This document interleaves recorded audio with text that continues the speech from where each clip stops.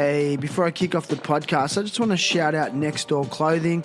Next Door, a clothing brand based out of Bondi in Sydney.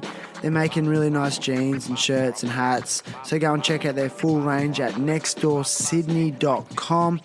They're also artists, so you can go and check out a range of art. They put on rad parties, and I love what they're doing. So nextdoorsydney.com for the full range. Okay, check. Just get this mic sorted. All right. Okay.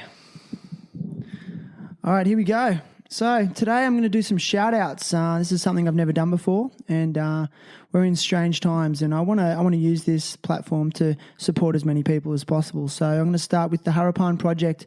The word Harapan means hope in Bahasa Indonesian, and the Harapan Project is an NGO with the aim of building a better future for the people in Sumbawa, specifically the villages and local people around the Lakey Peak area. So if you're a surfer and you've been to Lakey Peak and you want to help that area, they've been doing it tough there for years. Get on the website. It's www.proyectoharapan.org, and it's actually run by a Spanish guy called Carlos, and donate some money. And I'd also like to shout out Jeff Thomas for reaching out and raising awareness about that awesome initiative. I'd also like to shout out to Stitches Upholstery Creations in Wollongong. Check their Instagram or Facebook. And hey, thanks for listening, legends. Small business is the essence and backbone of communities, and it's imperative we support and buy local. Shout out to Bali Pet Crusaders. Bali Pet Crusaders immunise and take care of neglected animals on the streets of Bali. And this prevents the spread of disease and suffering. So get on their website and make a donation. It's www.petcrusaders.org. So I just want to thank everyone that's reached out. I'll do more shout outs in upcoming episodes. I'm going to just stick to 3 per episode for now.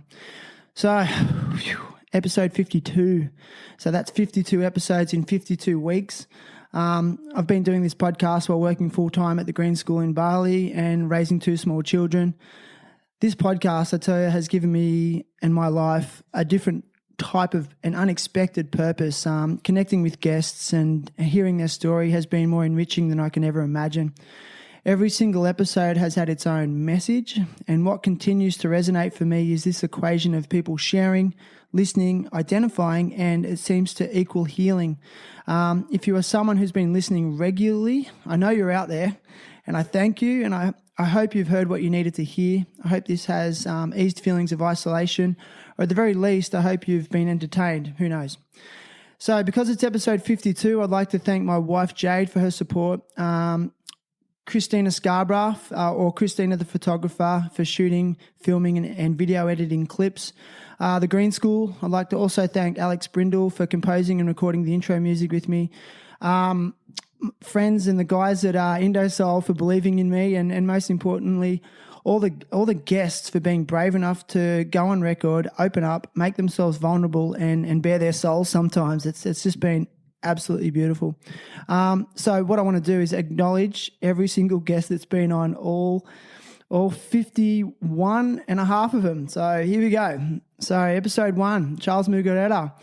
I knew that I was onto something special with Charles because he decided to use that podcast to announce that he'd become the youngest president of Uganda, and I'm still watching that space closely. But so Charles Mugarera, Dr. Changar Kularatne, Mike Long, Nev Hyman, Leslie Medema, Glenn Chickering, Joel Mowdy, Stefan Azario, Dr. Changar with his dengue fever episode, which was amazing, Michael Klim, Lance Billingsley, Blake Johnson, Athron, Mike Millen, Kai Mata, Daniel Kuntz, Sierra Siri Prakash Bullock, Charlie Hill Smith, Matthew Shribman, Phil Studley, Mark Baker, Francis Millett, Liana Rachel, Craig Branch, Ty Buddha Graham, Ty Bronberg, Dylan Longbottom, Scott Vandervoort, Esther Melanzi, Tim Fidgel, Greg Stock, Loki Madretti,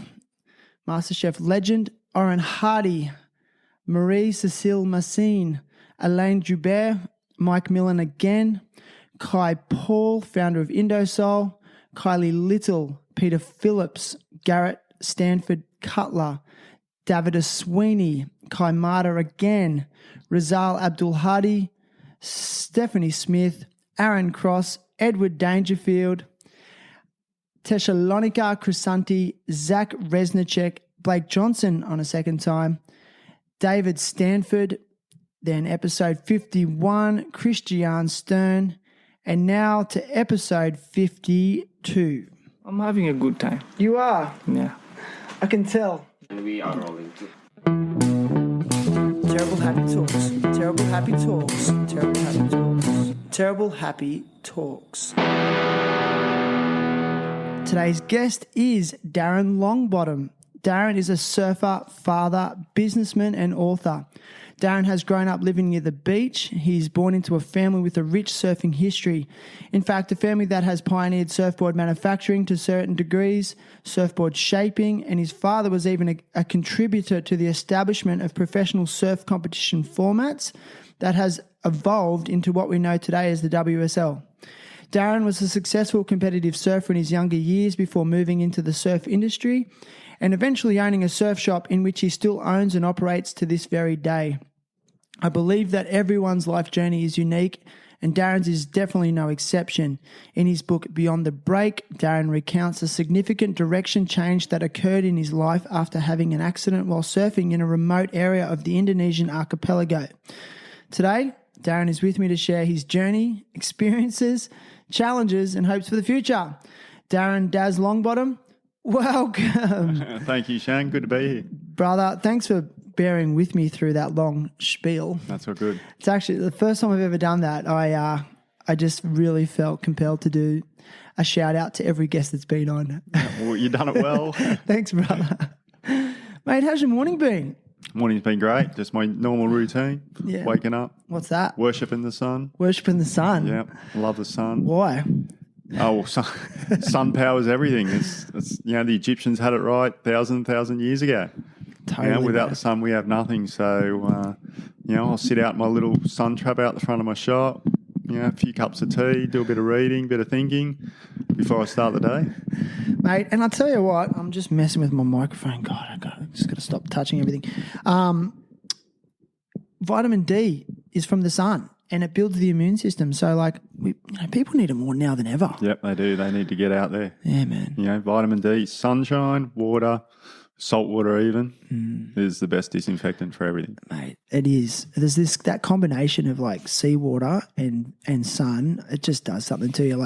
I heard that seawater, or salt water, has magnesium in it, which is a natural muscle relaxant. Like it's a mineral. So I don't know, man. I can only speak from my surfing every day for 35 years. You jump in the salt water for any sort of illness, anything. You instantly feel better. Totally, man. I can't agree more. I've been suffering from some really bad ear problems. I've got exotosis, like surfers here where you get the growths, and I'm probably due for one of those operations where they drill it out. But then I find I get an ear infection, but then what seems to help it is going surfing more, if that makes sense. It's really weird. Yeah. So, yeah, man. So the surf shop, Kiama. So how many years has that been now? So it's only just ticked over 15 years. All right. So we bought that 15 years ago from it used to be called Beach Street. He started up there, I think 20 years ago. Yeah. And we bought that 15 years ago, and it's still going. I kind of feel like for heaps of young surfers, it's the dream to own their own surf shop one day. Yeah. Well, look, I grew up, I was pretty much bred into the industry, so I spent a lot of time in surfboard factories, in surf shops. It was one of the main reasons why I jumped into the industry, and it felt like every job I took, which is pretty much 100% in the surf industry, gave me that little stepping stone as a little apprenticeship to own my own store. And here I am, and here I still am. And it just building that knowledge base of every little intricacy of the industry and stuff like that. Yep. Just all learning off all the legends throughout surfing history. Yeah. And then being able to form your own little thing. On a day-to-day basis, what do you like about being in a surf shop? Is it do you get sick of talking about boards with people all day? No, never. Because I know I wouldn't. That's my main purpose, everyone has a decision in life where they want to chase money for an occupation or do something they really love to do. There's sacrifices on both sides. I chose to do my own thing, sacrifice money and just do my own thing and create a lifestyle and just talk surf every day because it's my passion. I love surfing. Yeah. I love the people who surf. They're my people, and have my own shop allows me to do that every single day, all day. Man, I love that you said that. Like, forget money, I want lifestyle. Yeah, exactly. Again, I'm really reflective at the moment and with the podcast, and that is a common theme that's come up, is like creating this lifestyle by design. Like, we do have a choice over how we live our life, and that time is so infinite, Yep. So let's do it doing something we love. Exactly, may as well. And surfers your tribe, man. Yeah. They are. So I want to talk. Can we talk boards quickly? Yep. What are some standout models that are going off the racks at the moment? Oh well, we sort of focus on the high performance or the performance area. So like guys like JS are doing unreal jobs. Like their model, the Monster Box, has probably been the hottest board or the best board for the last couple of years. They've just re-released their 2020 version on it, where they're just tweaking rockers and rail curves and all that sort of stuff. That's probably been one of the strongest boards. I mean, all those top guys like DHD, Channel Island, Lost, Pizel, they're all doing their own thing, all producing incredible boards. And then you still got guys underneath that, like my brother Dylan and DP, and there's a lot of guys under there that are just getting better and better every day. Yeah, yeah. So those boards like your Pizels and your DHDs and your JSs, they're still the hot brands going off the shelves. Yeah, they are. Yeah. Guys are still loving the local boards, but they might have a few local boards in their quiver. Yeah. But I really think they should have one from these top guys just to compare, basically. Yeah. Some guys don't like it, some guys do, but it's good just to try everything out there. Do you reckon, like with shapers, is it that the years of experience that ultimately make the difference? I think so. Like those years in the shaping bay. Well, it's the years and the numbers of boards they do. So they're feeling boards all the time. They're iron boards down all the time. So if they're doing, there's a big difference between doing 100 boards and, thousands of boards, Yeah. It's just practice makes us all better. They've refined that sense, yeah. Yep. Crazy, man. Yep. So listen, man, where'd you grow up? Cronulla. So we grew up Cronulla. We were born in Sutherland Hospital. I was lucky enough to grow up in a house 30 metres from the water. At a little reef down south of Cronulla called Sandshoes. We used to walk down the Esplanade, back in those days, every area had their own little core crew, We had the little Sandshoes crew. It was Dad and all his mates, and they looked after us. We were just the little grommies running around. So we were really lucky to live so close to the ocean. We were thrown into the water before we can even remember. I only got photos the other day, actually, of snapshots of myself, my brother, and my cousin in the pool at Sandshoes riding, waves that crash over the swimming pool, just on the getting barreled on the little. Off those, we off thought those we were on the little foamies, So it was a really, really cool time. So obviously we were hooked before we could even remember. Yeah, right. On surfing. So you were in Cronulla till around the age of what? 10, about 11? 12. 12. Yeah, So you went to school in the Sutherland Shire? Yeah, so I went to South Cronulla Infants and Primary across the road. Yeah, right. Which was only, again, 100 metres away from home. I still go to Cronulla quite a bit, and every time I go to Cronulla, I do the loop of South Cronulla, check out the shop, the little shop up top of my street, the schools. Is it Jarook Park? Darook? No, Shelley Park. Shelley Park, and then Oak Park. Yep. And then the school's in between them, so I always do the loop, check out the old house, go down, check out shoes, and it's just a really good memory of my life, And the funny thing is, driving past the primary school, there's a big wall that sort of faces the road, and I'm sure, I don't know if it really happened, but I'm sure there was a bunch of us lined up against that wall, and it's where I got my first cane across the hands back in those days. Dude, because you're old enough to be in that generation. Yeah. Cane was still around in high school for me. See, I was just the last, I think, I'm 43 now, I think, because I got the cane once, and that was in primary school, and I think it was the last year of it when I was in grade 5 or something like that. I'll never forget, man. I was Yeah. fucking terrified. Yeah. Well, like I said, I don't know if it actually happened, but the vision is pretty clear in my mind. And every time I drive past it, I just laugh to myself. So I think I left in 4th class or something like that, I think. So I was pretty young. Isn't it classic how like we have this idea of how we think things happened, but then you talk to like a best mate from those days or your brother or whatever, and you sort of tell your version of the story, and they're like, nah, it happened. This is what happened. Yeah. It's funny how we sort of shape it. Yeah. Yeah. Like, and so when you go past that old house and the old area, like all the memories just flood back, and good or bad. Oh, like I said, it was some of my best years. I mean, being a surfer and being a passionate surfer. Again, the house that we were at, Shoes, was pretty big. We had a massive rumpus room. And back in the early days with the surf contests and stuff, like we said, Dad was working on them. So back in those days, the surfers didn't have much money, so they were pretty much getting billeted out by crew. Guys were sleeping on floors and houses and stuff. So we had all these pro surfers sleeping downstairs in the rumpus room. We had guys like Rabbit, Hans Hedeman, Dane Keeloa, all these sort of guys sleeping downstairs in our house, So all those memories, like, we used to have these we had a couple that I can remember, big parties where all the pro surfers were there, MR, everyone. MR? Yeah, well, Dad worked quite a bit with MR, with Gordon Smith and stuff. So, yeah, right. So all these big names were in my life. I was really young, but I knew who they were, So it's real special times for me around that area. Like, what influences to have in your life as a kid, dude? Like, it's so like amazing, really. Yeah. Was there times like where as a kid watching these guys, like, did they just seem like full on wild men?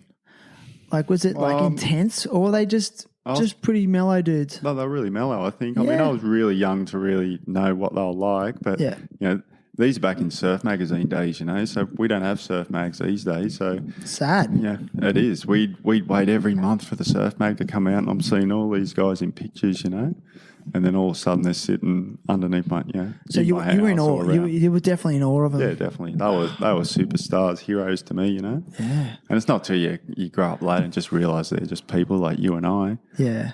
But it's good. Just really, really good times. Yeah. What was school like for you then?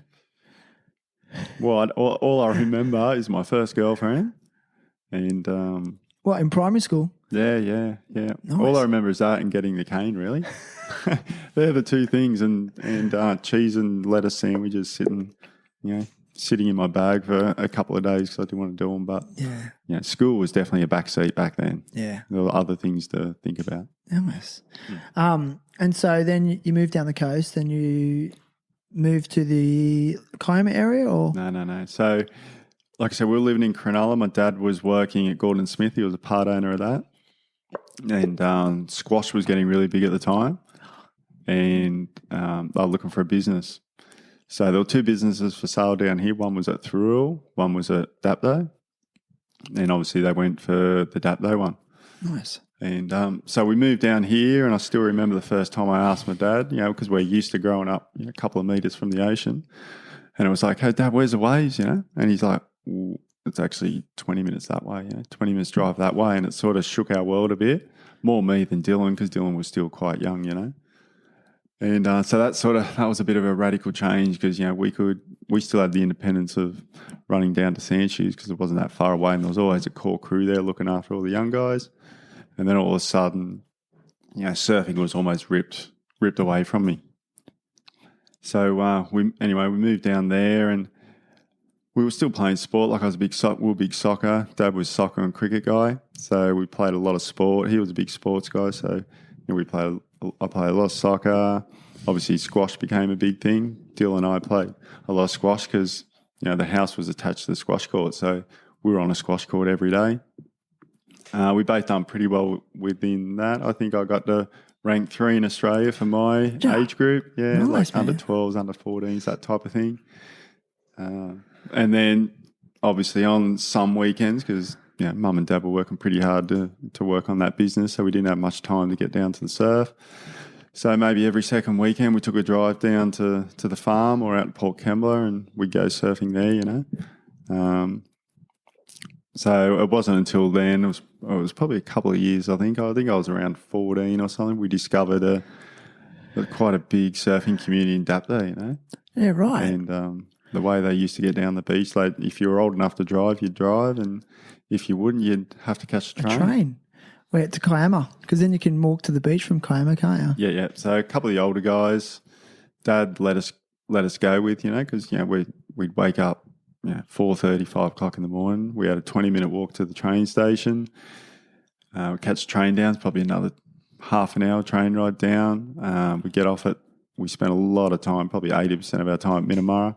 So we'd jump off there and we'd have our bags. We'd have food packed, We'd paddle the river. We'd walk through the track and spend all day on the beach, make a fire, cook our food. No way. And just surf all day before we do it all in reverse. And we get home, 4, 5, 6 o'clock at night, just flogged, just straight to bed and get ready to do it again the next day. Dude, magic times, man. Yeah, it was really, really good times. Magic times. We got belted up, by locals, guys telling us to get out of town because, we weren't the locals, we're Dapdoids or whatever.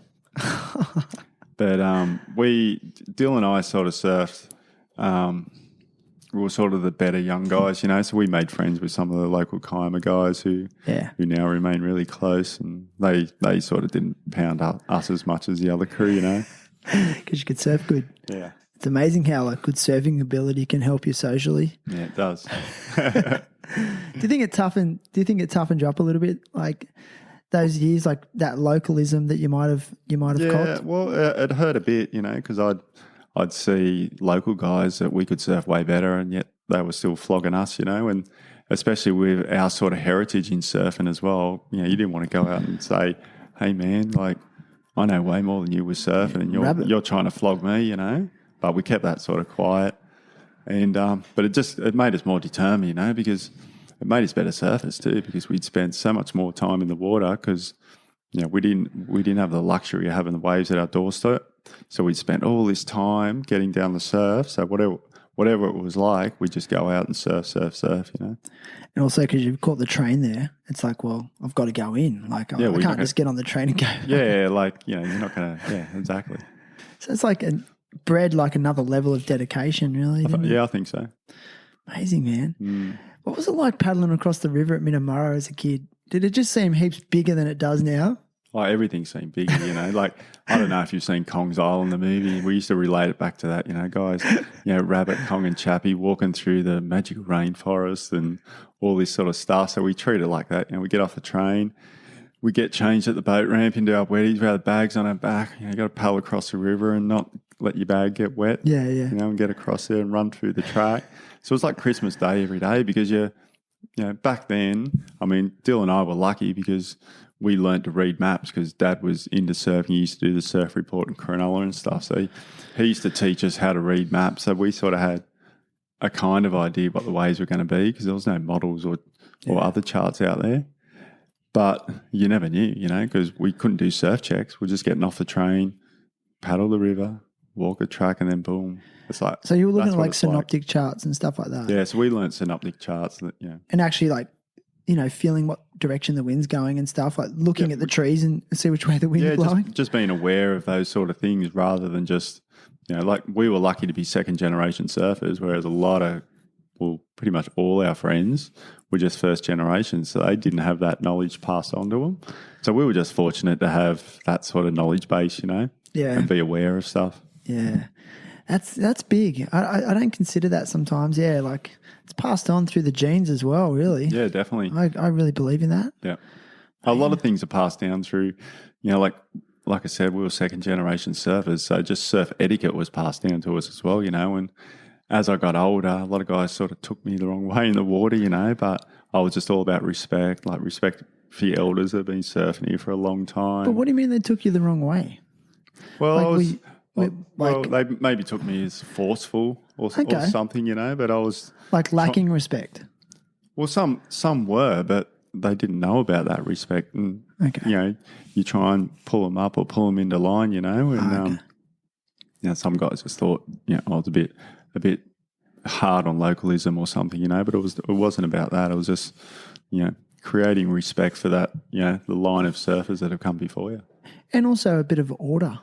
Yeah, you need order out there. Which everyone benefits from ultimately. Yep. And because I've struggled with localism myself because I'm from Nowra, same sort of vibe, inland, but still close enough to get to the coast, and so I can't really claim that I'm from any beach area. I didn't win that lottery. Yeah, but I don't. It's not about localism. It's like I said, just creating a sort of order out there. Like around here, we've got a lot of reefs here where it's you just got a tight takeoff spot, And if guys are sitting on top of each other and there's, guys are paddling and getting in the road and stuff, it creates danger as well. So we need the older guys just to sort of keep the younger guys in check. Yeah. So, everybody is out there safe and everyone gets a go. Yeah. Yeah. I really agree. I really believe that's a responsibility of older surfers and experienced surfers is to role model, like good etiquette and respect. Yep. I love that. So, man, you went to school in high school in Dapto, Yep. like Dapto High. Yep. How was it? Dude? It was pretty rough. Like, we're talking back in the What? 80s. And, Yeah, okay. Dapto's a lot bigger now, but it was kind of tight back then. It was a massive rugby league town. And, me being a soccer player and being a surfer, even though I didn't really look like a surfer, we got pounded quite a bit, You didn't look like a surfer. Oh, no. Well, back then, I don't know. I got the black curly hair and stuff. And You weren't blonde and... Yeah, I didn't have the, long. Whereas Dill had, lighter hair and all this sort of stuff. But, we got beaten up quite a bit, But, I got a bit of a sharp tongue, so I threw it back at him. And, I become really good friends with some sort of tough guys as well, So they looked after me and, just like any teenage boy, you'd get into trouble. I was cheeky but it was good times. It really formed a good sort of baseline for me, Yeah, man. That's so interesting because I played soccer as well growing up. I said this to Dylan actually, we connected there and like Nowra was like heavily rugby league, Yeah. So if you played soccer, There it's was like, still you're with pansy, log ball, pansy, Sheila, all that sort of stuff. Yeah. So, yeah. Tough. That was good. It was the best thing that could ever happen to me, I reckon. Exactly. Toughen you up. Yep, it does. It does. Sometimes, or maybe cause trauma. Who knows? Yeah, man. So, like, were you a good student in high school? No, I think I was a typical boy. I think on a lot of guys' report cards, it was Darren doesn't employ himself. All that sort of stuff. I was just more interested in sport rather than schooling. I mean, I look back now and thought, man, I wish I really did try a bit harder. But I am where I am. No regrets. But like I said, I was just too busy. Wanted to play sport, chase girls. Understandably. Yeah. Like, are they that was the kind of subject areas you'd go for, like PE and sport? Yeah, definitely. Yeah. Yeah. To like, I don't know about you, but sitting in a classroom for an hour at a time, it was too maybe much that's what for me, it was. man. Just frustration, really. Yeah, I see it all the time. Like, I'm really trying to advocate for a different model of education with that because you hear it time and time again. It's like, hated school, hated being inside, just wanted to work with my hands. Well, everyone's different, so you need sort of different opportunities for kids to learn. I guess going through this whole coronavirus type of stage, like I got my daughter. And I'm lucky she's into school and she likes school, she loves learning. But these last 2 weeks where she's had to homeschool and sort of do it herself because I'm working, she sort of thrived on it, Has she? Yeah. That's good, hey? Yeah. Because I think there's a lot of positives coming out of the current situation. I think it's forcing us to reflect and reset. And as a teacher myself who's still teaching online and remotely, I'm forced to actually just like give the kids like projects, okay? And it's like, well, there you go, because I can only see them for a small period of time and I can't be there. And it's like, this is you. You've got to lead this and take ownership of it. It's teaching self-responsibility and independence. And some kids just thrive. Like I see it with my daughter. She's like that, Well, they like that. They like that ownership of it. They like to they get a bit of control. Yep. Yeah. Yep. That's what I really want to work towards myself, Yeah, man. So, high school days, yes, so I didn't love it, but had a good time socially, I bet. Yep. Surfed a lot, bit of sport. So what was that first year out of high school like for you? Well, the end of my high school was pretty funny. So Back in those days, I mean, I'd say 80% of the kids would leave in year 10. Only 20% would go on to year 12. And so year 10 coming, it was like a definite, most guys, especially in this area with Port Kembla, it was a massive industrial sort of area. So a lot of guys made the decision then to get their apprenticeship with a steelworks or some sort of tradie and moved on in year 10. I sort of didn't have anything, because I didn't apply myself. I love surfing. Surf industry was only tiny back then. Yep. Still didn't know what I wanted to do. All I wanted to do was play sport and surf. So I was really, limbo sort of land. So I went back to year 11, done year 11, but didn't take it seriously. Loved playing, for all the sport teams in the high school. Touch footy was big then. We won the state title, and I was surfing for the school, playing soccer for the school, playing any sport I could for the school because it'd get me out of schoolwork. So I done the year 11. I still wasn't doing anything. I was just doing surf contests up and down the coast, like pro juniors, and it used to be called then APSA. So it used to be. Was Dylan with you on those? Like, or were you? How much were you? A lot older than Dylan? No, I'm 2 years. 2 years. But back then, 2 years was quite a bit, Yeah.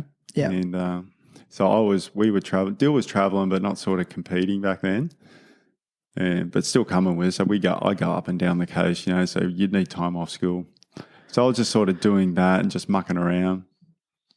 And then we finished that year, and I was still just doing the same thing. And I thought, look, I'm not going back to year 12. I'm not going to do year 12. I'm just not interested at all. Probably knew in my heart that I just wasn't academic. Didn't work for me. So I was still just doing surf contests and stuff. And teachers were ringing me up saying, "Hey, do you mind just coming back and having a play at school? Because we'd love you to play in all our sport teams, Sweet. And I'm like, how good is this? Yeah. And they just said, look, you just got to do the minimum days. I said, yeah, that's fine. I was lucky enough that at that stage as well, the school principal was friends with Dad, who played squash on my courts and stuff. So we had a real sort of open relationship. We sort of worked. So I just did that for that final year, and it was at that year that we sort of, my father had been trying to sell the squash courts for quite a while because squash was dying in the arse. And it was around that time that we sort of got rid of the squash courts and moved down to Kiama. Nice. Wow, man. That's so. I was just thinking about that squash era because, I remember when that era was really big. I had friends and their family owned squash courts. And I had one friend, their parents owned a squash court down in Bomaderry in Nowra. And then same thing, I remember when it just was a downturn. And then I think we ended up putting like a skate ramp in one of the squash courts. Yeah, and it just felt like, he was living in this like fun park, And then we would still play squash. So it's a great game. It's like good for your reflexes. Yeah, it is a good game. It was just a big spike up and then a big spike down. Nice one, man. Yeah, so with the competitive surfing, like I'm just curious, like, have you always been competitive by nature? Yep, definitely. Why? Why? Yeah. What is it? Just innate? I think it is. I think it's just it is who you are. Yeah. I'd have to say I was more competitive in my team sports. Like I loved team sports. Like I loved playing in my soccer team. Loved playing the touch footy team. Surfing. I always said that soccer was my sport and surfing was my oxygen. Surfing is just what I did. Even though, I think every kid wants to be the pro surfer, and surf as much as they can every day. I sort of knew from fairly on that, I'd get good results, but I wasn't one of the best. Back in that era down here, we had some good surfers like, Jake Spooner and Saul Baker, Jason Garver. I could just list them. Todd Prestige, good mate of mine.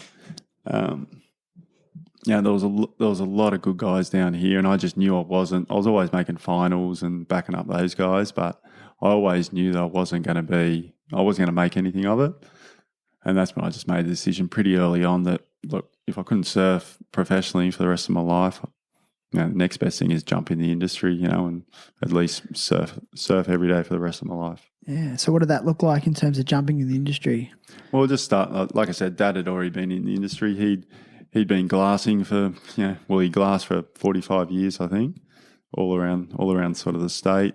He was working down here for a guy called Mike Davis Surfboards, which are pretty big down here. We'd moved to Kiama, so I just started.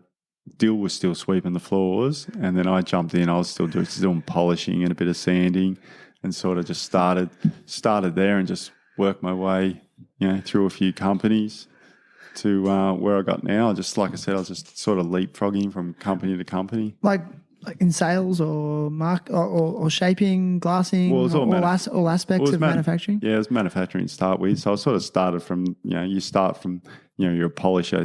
We're still doing a lot of longboards then. So a lot was polishing. So you move from polishing to sanding and then into glassing kind of thing, So down here in Kiama, I was just polishing and playing around with sanding. Yeah. I wasn't that good at it, I don't think, and I wasn't that interested, but I was just, at least I was doing something in the industry, playing with boards. Yeah. Then I moved up to Burnt Surfboards in Wollongong. Oh, yeah, nice. Yeah, and at that time, they were like one of the leading board builders in the world. So, and, Dad knew the Burns really well from when they were really young. So I was lucky that I got a sort of a head start on everyone just because of my surname, that Dad was known, so I get a leg in. So I ended up doing a lot of stuff at Burn. I was milling the boards, like early profiling, like milling blanks and stuff. I was doing the spraying work, but I do a lot of their glassing. So I do a lot of glassing with the Forgotten Burn brother, Tony. He's a legend, loved him, learned a lot from him. So me and him would spend, in the glassing bay out the back of the truck shed doing, I'm pretty sure we're doing like 12 boards a day, just moving through them, and then I'd be packing the boards. We were sending containers to Japan when that was really massive. They had the shop out the front, doing a bit of work out there, but I was doing more manufacturing. So I was real hands-on, just playing with boards. That lasted probably 5 years, just playing with boards. And then opportunity came up that Quicksilver Wetsuits used to make make the global wetsuits in North Wollongong. So an opportunity came there. So I thought, might give that a go. I'll jump into there. So we made. They were manufactured there. Yeah, we made, rubber would come in. They cut the rubber to the patterns. And the stitching? Screen printing, stitching, from go to woe, everything. So I learned sort of that trade, making wetsuits. You're gluing wetsuits, you're printing wetsuits, you're cutting wetsuits. I never jumped into the sewing part. There was a whole bunch of ladies that did that. Jumped in the dispatch area, played around with that for a while.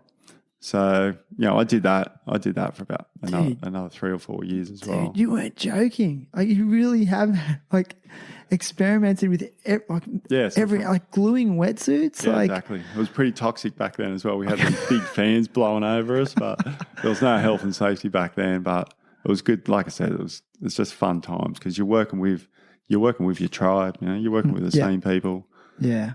And it was just really good fun. Just good memories. Yeah, really good memories. Do you look at wetsuits now and are you just amazed at how far they've come? Yeah, every year they just come out and I'm just like, we're pulling them apart. Do you really think they're getting better and better, or some brands are getting worse? Trying to do it cheaper. No, I think they're getting better. I think just technology's getting better. Like rubber's getting better, but what comes with that, as the rubber gets stretchier, the timeline on it's probably a bit shorter. So people are probably, maybe feeling that their wetsuits aren't lasting as long. But that's how I feel. But you got to remember what wetsuits were like, 5, 10, 15 years ago. They were terrible. Terrible to wear, rash up, everything. Yeah, he would. So you got to take the good with the bad, Okay. I know. I got a new wetsuit. I'm not actually going to say the brand, but I got it a couple of years ago, and it's hands down the best wetsuit I've ever had. And anyway, and I'm just amazed, and it's actually sustainable as well. Or some of the sustainable technology that's coming out with wetsuits, it's pretty amazing. Yep. So, we'll see more of that going forward. Yeah, that seems like the way forward for a lot of brands, eh? Yep. Yeah. So from that, how did it end up that you actually found yourself in a position where you could own a surf shop? Well, after Quicksilver days, I was still early, and then a local store down here wanted to branch out in the surfboards, so they offered me a job. So, I'd gone from manufacturing, done a bit of sales at Burn, wetsuits, and then I moved into retail. So I learnt more on the retail side of things. Again, more involved in boards, but I learned to do the buying for the store, all those sort of the marketing and all that sort of stuff. I lasted there a few years before Billabong offered me a job to look after the sales and marketing for this region. So pretty much from Cronulla down to the border. And that was obviously my favourite job, I got to travel got to travel, talk to surf stores, offer products, and work with a great company, Billabong. We've done some good sort of sales trips over the years to Like where? places. Where were they sending you? Well, each year we'd sort of go to Tabarua and spend a week there. Stop it. So, like what? Like a business, well, inverted commas business gonna say. conference, But we're all a tribe. We're all, back in those days, we're all surfers. This is before the suits sort of come rushing into town. Yeah. So, the general manager was Dougal Walker, who's just a fanatic surfer. Runner-up at Pipe Masters. He was our general manager. So you were like, talking about work stuff while surfing Cloud Break. Yep. And restaurants. Team builder exercise, And back in the days where, only Tabarua guys could surf Cloud Break, Dude, what was that like? I'll tell you one story. There was one year we went over there, and there was only probably a dozen of us that went there, maybe even less than that. So they get in other crew just to fill the island, and it was Mike Parsons flew in, legend. and guys from the Black Flies crew. So their sunglasses. They flew in, and all they wanted to do was drink. They didn't want to surf. They didn't want to surf. They just sat around the pool and drank At all Tabarua? the week. At Tabarua. Are you kidding me? So we'd be going out to Cloud Break, and I'm always someone who wanted to be first in the water and last out, So, the boat goes out at 5:30 or 6 o'clock or something, the first boat. They have 4 boats through the day.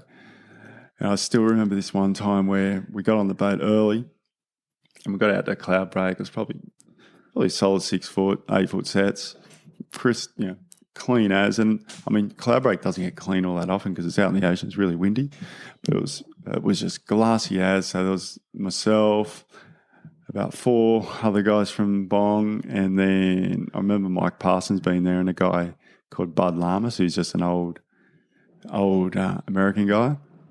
So we're all surfing. There's only half a dozen of us out, and there was probably about another half a dozen, 6 or 7 boats just sitting in the channel full of surfers just watching us surf these perfect 6 to 8 foot waves. Clean as, just yahooing, and they're just sitting there just shell shocked, just looking at us, just wanting to get out there, They're not allowed. And they're not allowed, no. No way. They just sat there and watched it, and we just surfed for hours. We actually done 2 stints, and we missed the boat in, so we just surfed from 6 till lunchtime, Just perfect. Oh, man. Yeah. Like, that's on my bucket list, is to surf Cloud Break. I probably like a lot of surfers. I've never been there. But like what's it like? Is that power next level? Like that Hawaiian style power? Like, I've surfed a lot of places around the world, and Cloud Break definitely revels Hawaii in terms of power, just because you got so much water in the wave. Volume. Yep. Yeah. And that end section just looks gnarly, like you want to get out, Yeah, it is. Like, so is that what you're thinking? I'm a natural, but I'm not a massive tube hunter. Like, that's all he wanted to do. I didn't notice. Whereas I just want to hit things, all the time. So I sort of, I'd always try and bypass shish kebabs down the end there. I like the top of the point, just bash it. Sit right up the point. And, yeah, right. Whereas guys would just only sit down at shishas, Yeah, right. Try and pig dog that But section. it is strong. Like, one morning I got out, I didn't realise how big it was. I was the first one out. And I took off underneath this wave, and it just cracked me in the head and pushed me down to the bottom so hard that I had my fists out in front of my head. Yeah. It just pushed me in the reef that hard that I just bent all my fingers back, almost 90 degrees like back in to a my knuckle, palms. Backwards or knuckles? Like backwards, in in towards flat you. into my palms. Yeah. That hard that I thought I broke every finger of my body in my hand, and had to go back. I had to tape them all up. A day or two, it was fine, but I distinctly remember that feeling. My fingers just folding in on themselves. That's that hard. Super sharp. Where I surfed wasn't super sharp. It was just the force of the water. Just pushing you into the reef. Yeah. Crazy, man.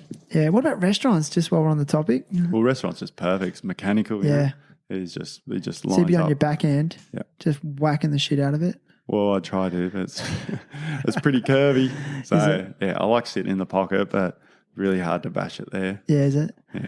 The pros make it look so easy, though. They do, yeah. Like, I watched footage of John Florence. You're just in the pocket, like, for 150 metres down the reef. And it's a gnarly reef. You got reefs that are nice and flat, and restaurants is just super sharp. You go swimming out there, it's probably... I wouldn't suggest to go swimming out there and have a look at the bottom. It actually looks like it gets a little bit below sea level Like Yeah, even though it doesn't get like huge, even on small days, it's like just the trough. That's what I said. Like restaurants is perfect, but I love Cloudbreak. I love the curve in the wave and just the power. Yeah, years ago I went on a boat trip out like North Sumatra. I went to like Nias, Banyaks, and we surfed this remote island out in the middle of the ocean called Asu. And it was, I kind of feel like it could have been comparable to Cloudbreak. It was just this big, voluminous left-hander. And it would do this crazy thing because it was so exposed. Like it could have been like a 4-foot day, but with like 8-foot plus sets, just catching you off guard constantly. And I remember I surfed it for 3 days straight just with anxiety the whole time. Like, when's that next set? Yeah. Cool, man. Anyway, so you like to travel. Yeah. Were you doing a lot of surf travel in your younger years? Or well, if you want to compare myself and Dylan, he's definitely the nomad. He loves traveling. I'm more of a homebody. I'm a bit more structured in my life. He's a bit chaotic. So I did like to travel. Everywhere I traveled was surf orientated. So yeah. I spent time in Hawaii and, like I said, Fiji and a lot through Indo. Yeah.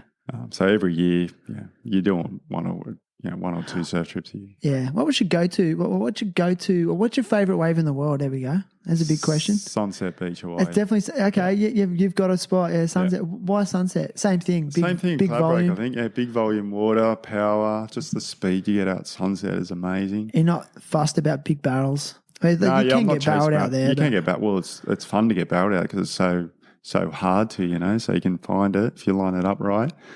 But I just love the speed, the power, big, slopey, strong waves, where I can get, you can get your rail in the water power and really push. That's what I enjoy more than barrels. Yeah, right. You're not a slab hunter like your brother.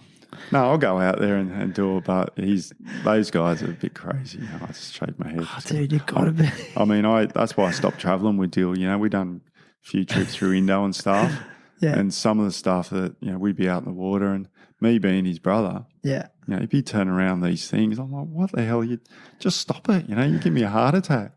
And I honestly had to say, mate, I can't.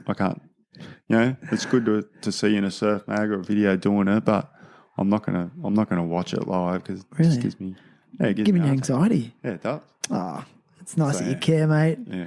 Did you ever cop because you were Dylan's brother? There was this expectation that you were going to go charge slabs as well. No, I don't think so. No. Yeah. We got to remember he's my brother. Oh, sorry. Yeah. I'm the older one, so I'd wrestle him down and stuff. Okay. But yeah, no, I'll say, I like big waves, but I just like different big waves. Yeah. Did you ever give him grommet abuse when you were younger? Yeah, he copped it massively. Nice. He got. I sort of skipped it because he was the young guy of all our group, because I was the older one. So you always abuse the youngest, So he got hammered as a grom. Toughened him up. Yeah, it did. I hope it did. See, he owes everything. He owes his toughness to you, mate. Yeah. So look, the traveling around Indonesia. I want to go into like the book you wrote about your accident. You just from my perspective as someone from the South Coast, I've obviously known about your family for years, and there's and I have heard your story from various people. And I've always been very intrigued by it, as are a lot of people, because it is such a unique situation. And what happened, and I heard stories about the helicopter ride and all this other stuff. And would you mind talking about it? That's fine. I'd love to hear. Like, were you on a boat trip or? Yeah. So, like I said, I spent a lot of time in Indo, but I'd always, obviously Mentau is the place to go, and we'd done a few boat trips to West Java and that. And I'd been invited to go to the Mentawis like quite a few times, but just didn't line up timing wise. So I thought I got to do it. I'm going to organise one just so I can go, so it works in my schedule, and put the feelers out to guys in the industry and friends. And we got a boat with Johnny McGrader on the Baron Joey, who I really wanted to go with, and we sort of set sail. So just like any surf trip, I think there was 10 of us. Bunch of good friends and from the industry, and went out to the Ments, and after about 4 days we didn't get anything too classic, just got the normal HTs, Maccas, all that sort of stuff. We had a dying swell, and we headed down to Thunders, which I think is Been one of there. the more consistent sort of It's waves. a magnet, that place. Yeah, so we went down there, and we were just playing down there. It was like 4 foot and stuff, and we'd been there for a couple of days because there wasn't much swell going on. I really wanted to go somewhere else, but as a boat, everyone voted like, do we want to go south? Do we want to stay here? Do we want to go somewhere else? I just really wanted to leave because Thunders was sort of boring me a bit, That's why I won't go on surf trips with goofy footers. Yeah, right. Well, I love my backhand. Like, I'll surf. Do you? Yeah, I love my backhand. But it was just it just felt more of a novelty wave for me, I was getting a bit bored with it. But anyway, the decision got made just to stay at Thunders because it was where it was going to be biggest, Yeah.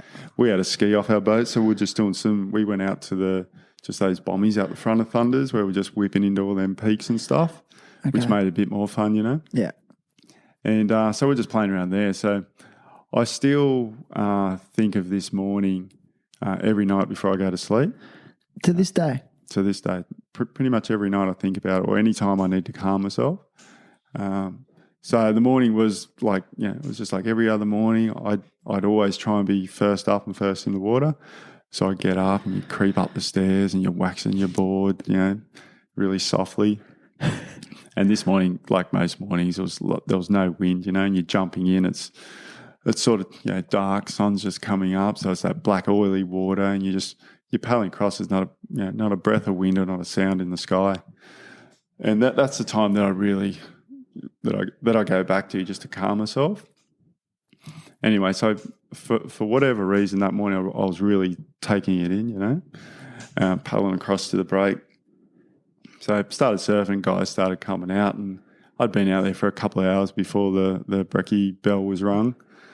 And just as I was about to head in, Greenie, Paul Green from up Central Coast, come out in the ski and said, hey, you want to come out the front? And I'm like, oh, do I want to go out or do I not want to go out? And I thought, yeah, let's go out. It'll save me a big paddle back out, I'm just on the ski. So he picked me up. I jumped on the back of the sled and we went out to the bommies.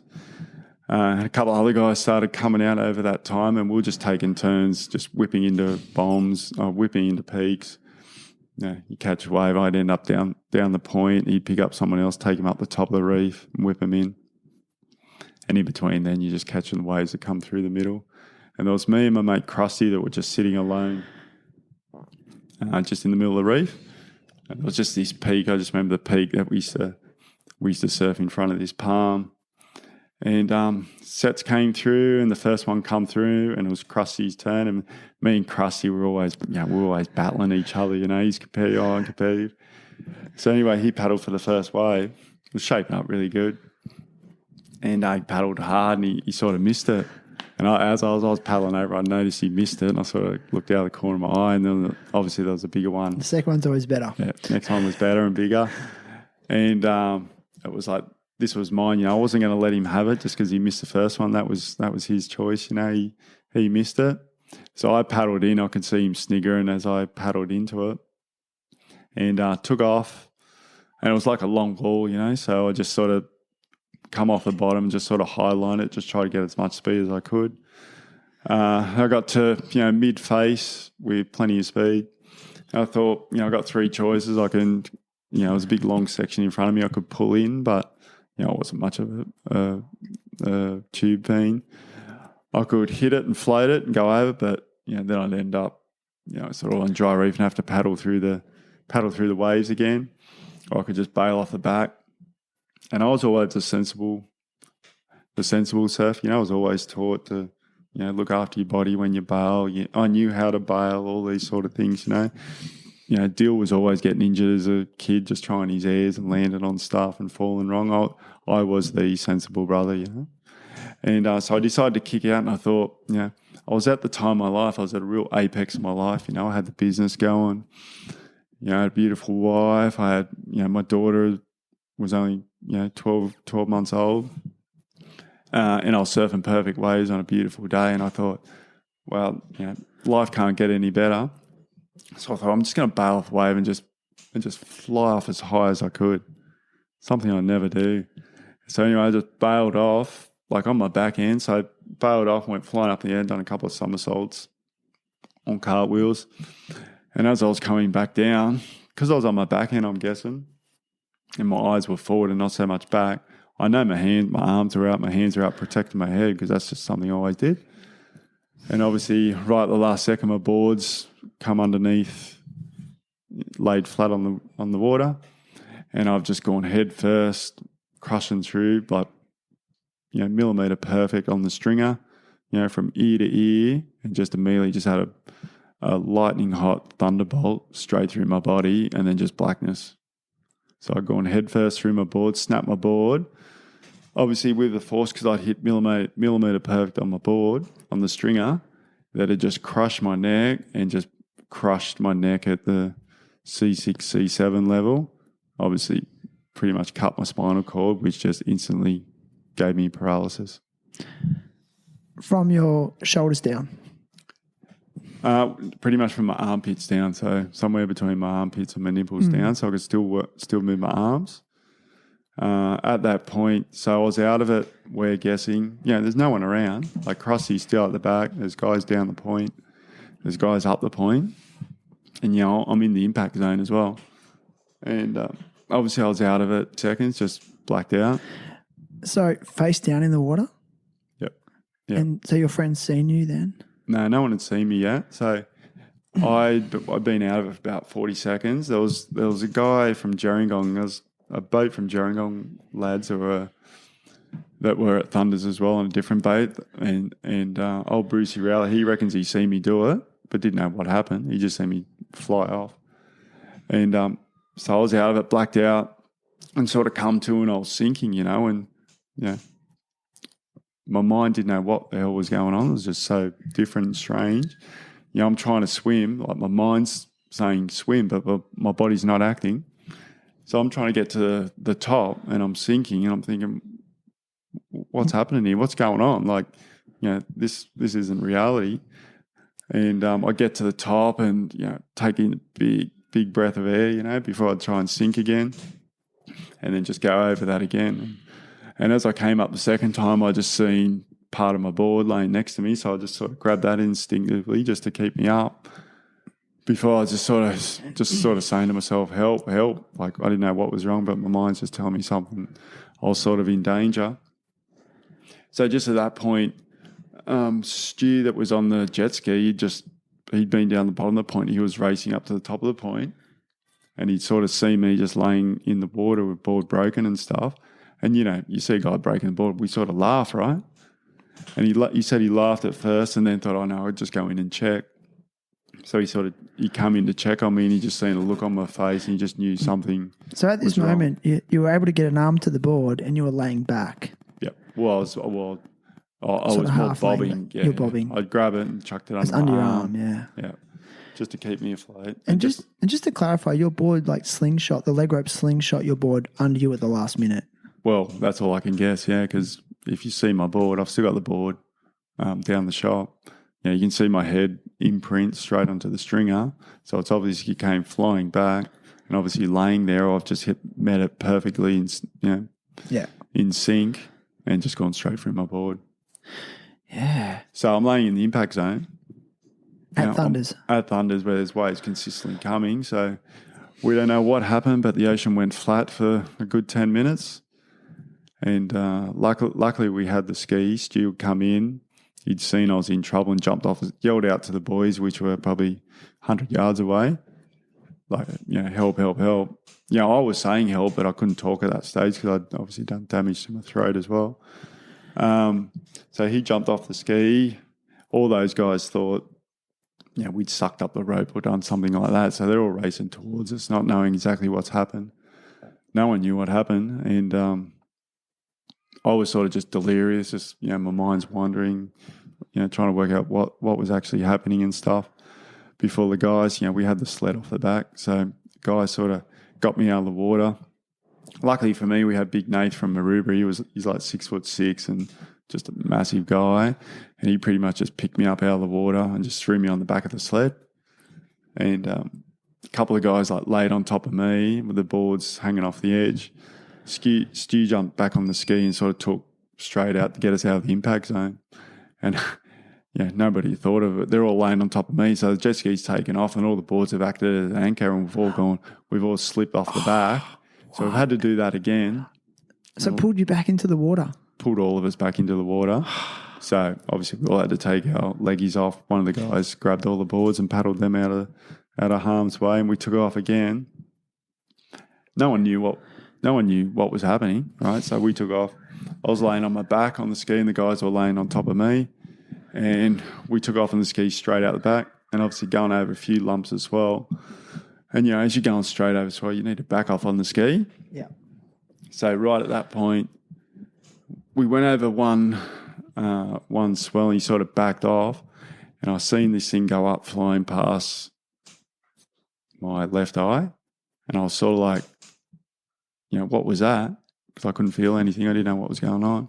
And I realised it was my leg that went flying past and at that time, that's when I just realised it all just sharply came into focus that was my leg, and I've just yelled out, I can't fucking feel anything.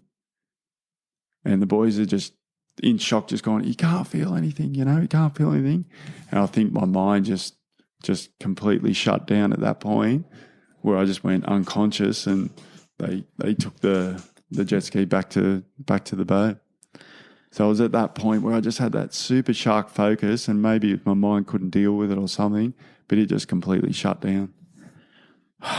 Dude, I'm just like, as you're explaining it, and you're explaining it so well, like I'm picturing it, and because I've been to that wave too, I can almost imagine where you were, like just off the point in the channel.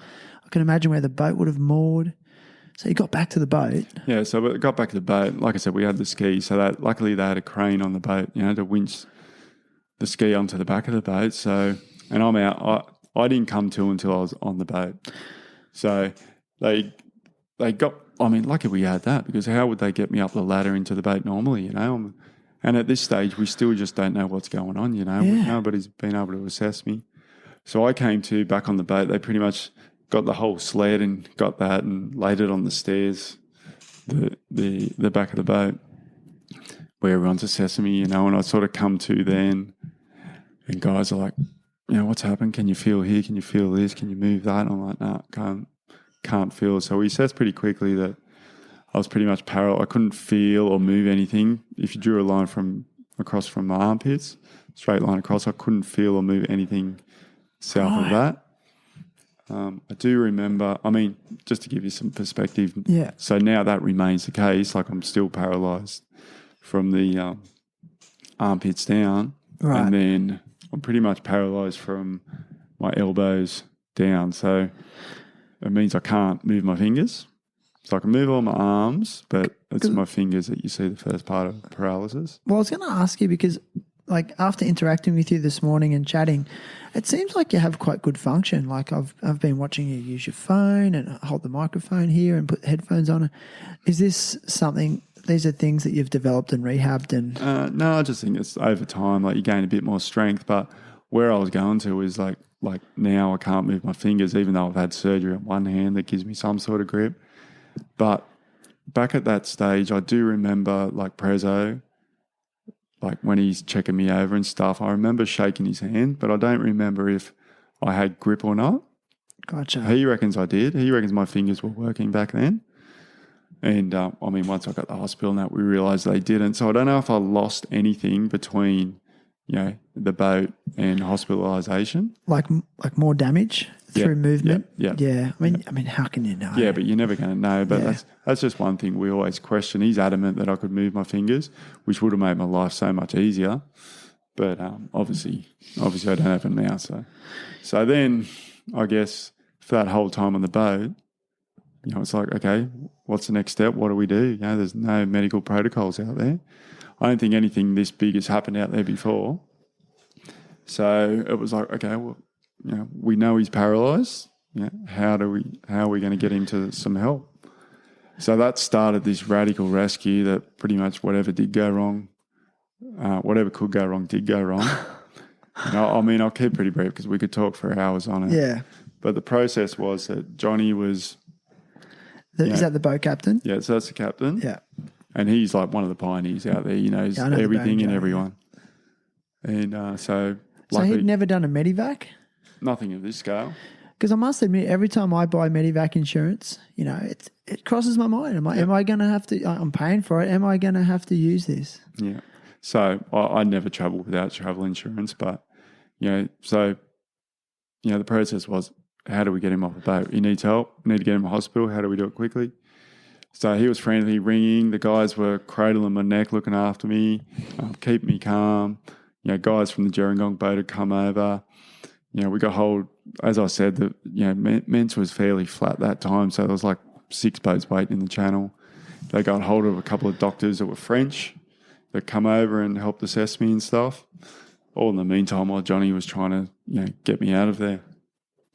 So we got on to the Medivac team, which were coming from Jakarta. But at that time, there was a fuel crisis in Indo. Oh my God. So Of course there was. They could get to me, but they couldn't get me out. No. We couldn't take the Barrenjoey back because it was too slow. Couldn't take the tender back because it was just way too bumpy. You got to keep me still. In hindsight, it was probably better to get on one of the bigger boats to take me back. So I went through all the process and we just couldn't get me out of there until Maddie from the Mangaluru, who was up north, he knew of a doctor that was volunteering up that end. He had his own chopper. Right. So during this whole time, you are like on your back. You are probably still like are you still in your board shorts? I mean, I'm still everything. I've still got the board shorts in there. Still got blood all over them and stuff. There's all this commotion around you. Everyone's talking. Were you able to talk a little bit? You had the power of voice. Yeah, I could talk back then. Half the guys just didn't want to be around me. They were freaking out a bit. Right. And then half the other guys would stay with me. Like one of my good friends, Dwayne from up Goldie, he just wanted to be with me, but he couldn't talk to me. He revealed later, but he just wanted to be with me. And just, each individual done it a certain way, because they were sort of going through their own processes as well. But in that early stage of the rescue, like what were the main thoughts going through your mind? Was it uncertainty? Was there elements of hope, like this is going to be okay? Was it panic? So my sole focus was to remain calm and to think about my family. So like I said, I had a 12-month-old to look after when I got home. So that was my sole focus, and that was my driving force for the whole recovery process, was to get home and look after these guys, So I don't know. I think I've been someone, like, all through my sporting life now, I've always wanted to be the captain or the leader or something. So I've always wanted to look after and keep everyone calm and give some sort of direction, So I think if you ask these guys, they'd all be sort of surprised at how calm I was through the whole thing, because I've always believed in, not to panic with things we can't control. Like I can't control what's happening, so I've just got to go with it, loosen up and go with it. And so I just thought, I need to keep these guys pretty settled as well. That's gonna help me greatly getting out of here as well. So I mean, and this went on for a few hours. We're not just talking 15, 20 minutes. We're talking a few hours. So just there's people trying to communicate. Yeah. Okay. Yep. And so you called the Medivac team. So we'll call the Medivac team. They could get to me, couldn't get home. I couldn't get back to help because of the fuel crisis. There wasn't enough fuel So around. they could get to you. Yep, they could land up at the Ments, like the big Medivac chopper, but there was no fuel for them to refuel and get home. So what did they do? They come? Did they still come, or no? They didn't come. So you just stayed on the boat? We had to find our own way. Yeah, so that's where Johnny and the rest of the crew were just working frantically to try and get me out of there somehow. And you just started motoring towards? No, well, at this stage we're still sitting in the channel and just waiting to see where we could go. And like I said, Johnny knows everyone up there, so he got hold of this doctor that was doing voluntary work up the top end of the islands who agreed to come down and help. I'm talking the smallest helicopter you could see, so it took quite a while. So the plan was to boat into Sikakap, which was the closest little town. Yep. And the chopper would meet us there, get me out of there. The travel insurance crew were pretty much had a jet and ambulance team waiting in Padang waiting for us. but we had to get there somehow, And as you know, like a boat ride into there is, I don't know, what is it, 9-10 hours, I think, from out there. It's usually done overnight. Yeah. So that was the plan, to meet at Sikakap and the plane would arrive. So at least we had some sort of plan. And then to fly from there to a rendezvous point where there'd be medical guys waiting to grab me, chuck me on a jet and get me to Singapore. So all the plans were in there. Anyway, we got to Sikakap and we waited hours for the doc to get down there. On the boat? Still on the boat? Yeah, I'm still on the boat. So there, and I'm just conversing with the crew, and they're trying to keep me calm, trying to keep them calm. We knew there was a plan. So it took hours for the doc to get down there with the plane. And when the plane arrived and landed, like, some of the guys come back on the boat and said, "You are not getting on that thing." And I'm like, "Why? Why?" And they're going, "It is the smallest thing." Because, this guy's just doing voluntary work up there. He's a pilot doctor. Yeah. It's not going to be a great helicopter. And he's like, "Well, we can't get you in. You're paralyzed. You're spinal. We've got to keep you flat and stuff." Like, it wasn't big enough to lay you down in it. No. So we sort of got there, and some of the guys were saying, like, we can't put him in that. Some guys were saying, well, we got to. The doctors were worried. Those French doctors, I think it was French doctors on the boat, or they were talking on the phone, said, "Look, we need to get him out of there." They're worried about blood clots and all this sort of stuff. And the call come to the doctors just said, "Well, look, you got two choices. You keep him on the boat with and he'll die, or we get him out of there, whichever way we can, to some medical help." Do you mind me asking, why did they think you would die? I mean, I think I worried about. Oh, sorry. Yeah, so I think I worried about blood clotting and stuff, Clotting and hemorrhaging and lung heart problems. Yeah. Okay, because I guess it's now they're not getting the same messages from the spinal cord. Yeah, I think blood clots can travel, so if it gets to a crazy circulation spot, slows down. So, a couple of guys had the idea that, they were going to tie me on to underneath the helicopter. And I was like, "Look, I don't care. Just get me out of here. It'll just give me a good story." What? And some guys like, "There's no way we're doing that." Some guys are like, "Well, we got to." So the decision made was like, "All right, we're going to have to sit him up in the plane because it was just a 2-seater plane."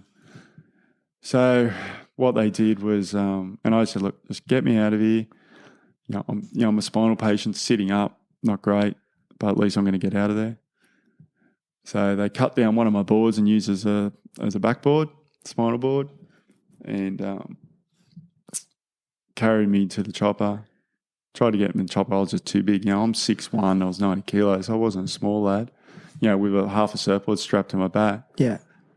So realised we couldn't get in, so they had to take the seat out of the chopper, so I had room to get me in. So they've taken the seat out, wedged me in there. I was in there. I was like, "Okay, we're going to go."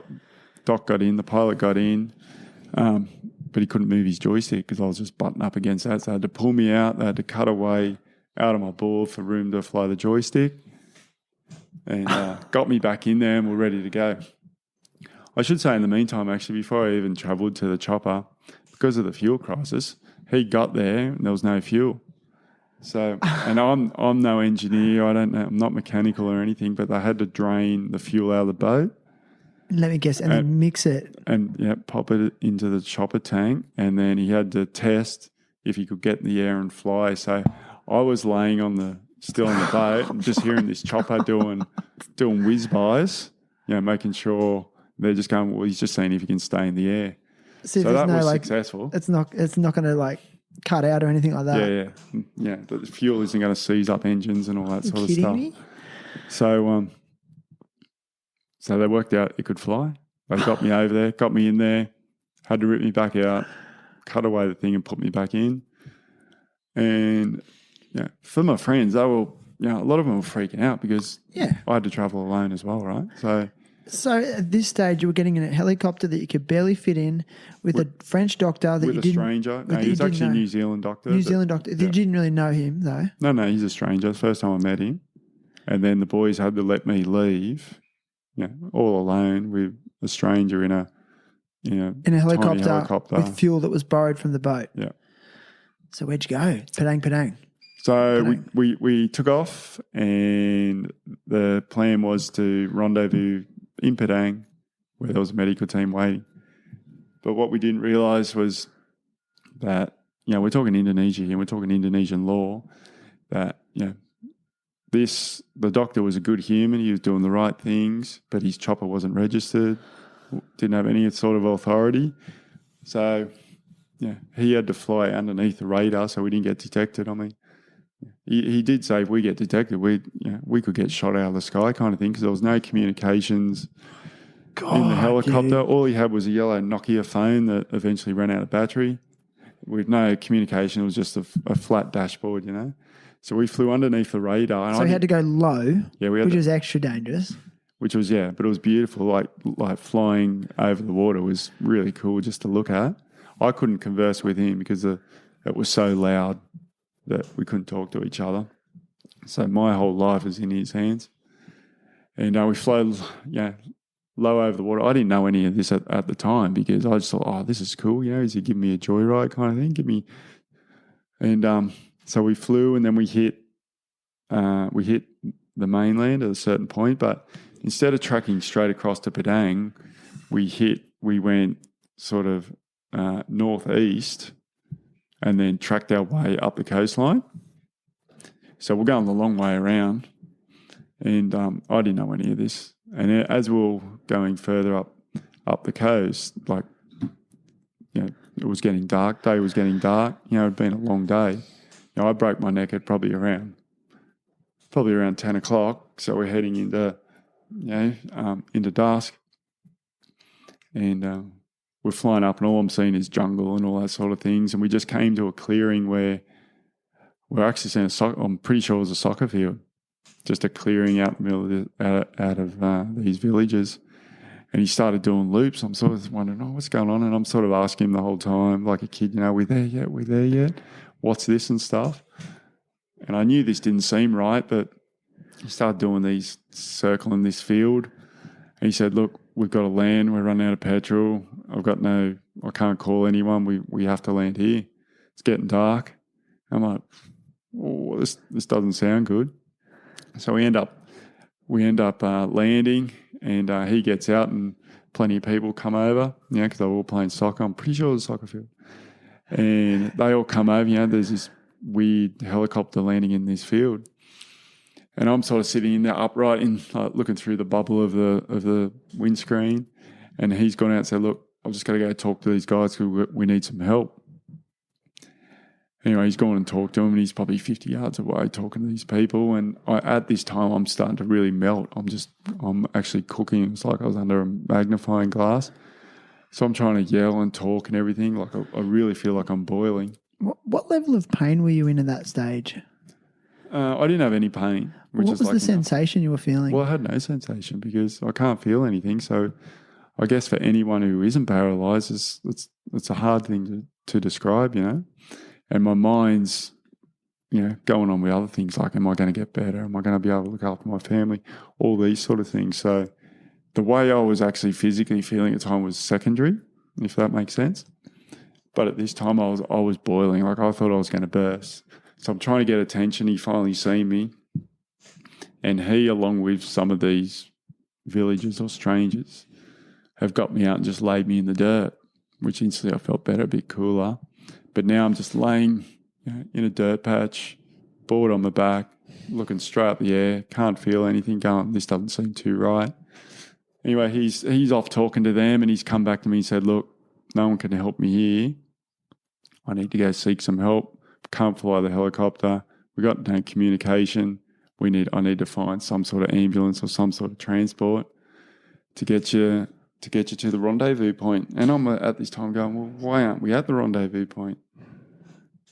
In the meantime, the guys on the boat are like, time's passed. You should have been here. They're ringing up the boat. No one knows. I've disappeared off the face of the earth, At that time, my family knew. Nobody knew where I was. And here I was just left in the jungle on my own when he's just gone off to try and get help. So obviously he's left, and all the villagers remained, and the crowd just got bigger and bigger and bigger, and it's getting darker and darker. Plenty of lights coming at me, like they're all the mopeds that they're riding in, talk going out there. There's this, foreign guy just laying in the grass, laying in the dirt patch, sorry. And that seemed to go on for hours.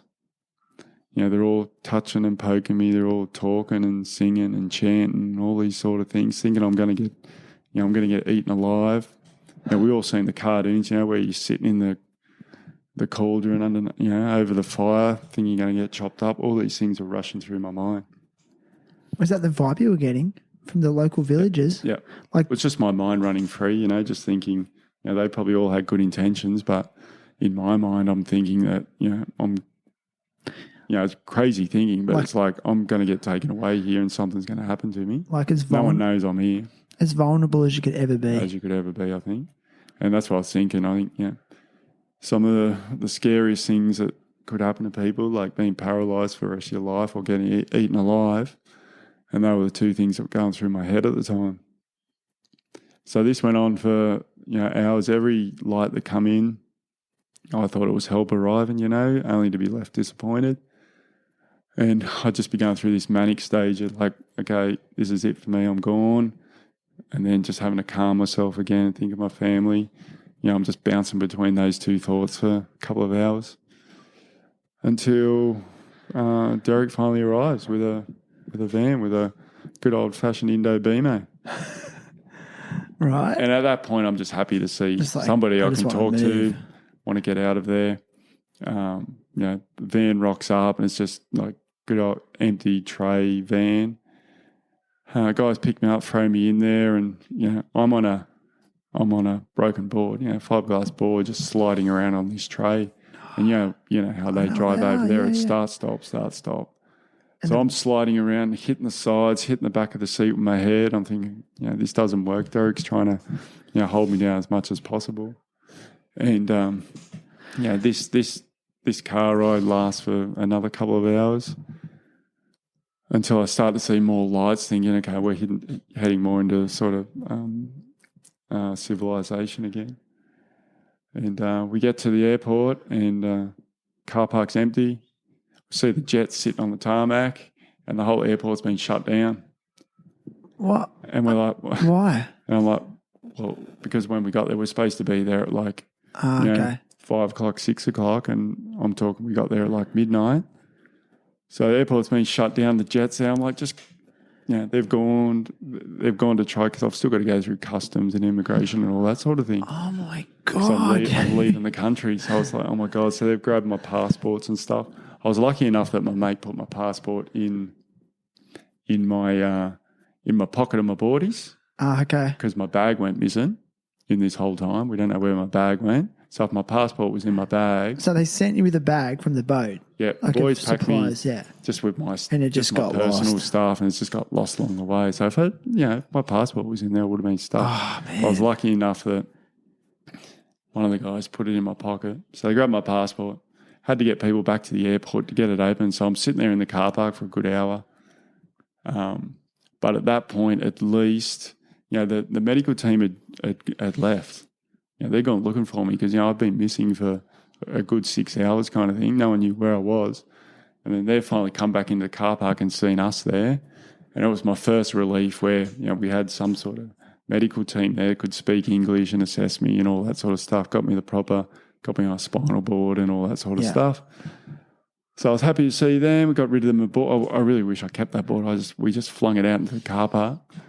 But, and then sort of, by that time, they got me out of there, got me on the plane. It was a New Zealand pilot, and he looked exactly like Colonel Sanders, except for grey hair. And he just said to me, "Don't worry now, chap. Everything's cool.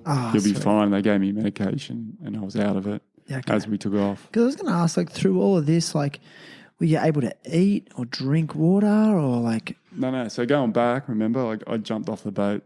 That was in the morning. First light. Yeah.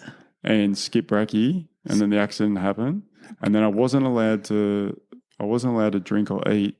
They'd only let me suck on ice. So the boys I was just sucking on ice cubes this whole time. So I was in the tropics, man. Yeah, I was severely fatigued at the same time and dehydrated, probably. Yeah. But this whole time, you see in the movies, don't close your eyes, because you don't want to drift off to somewhere bad. Is that how you felt? So I just fought to stay awake the whole time. And again, it wasn't until I got on that jet that they gave me some medication. I just let myself drift off. Yeah. Where'd you wake up? So they took me to Singapore, private hospital in Singapore, where I woke up, where, again, I just had those same thoughts as the movies where there's just visions of lights going on and off. I'm going through x-rays and CAT scans and all that sort of stuff. Like a big blur. Yeah. And then they just put me straight in ICU. And then obviously you had to be operated. So in the meantime, they'd rang my family, my mum, my dad and my wife.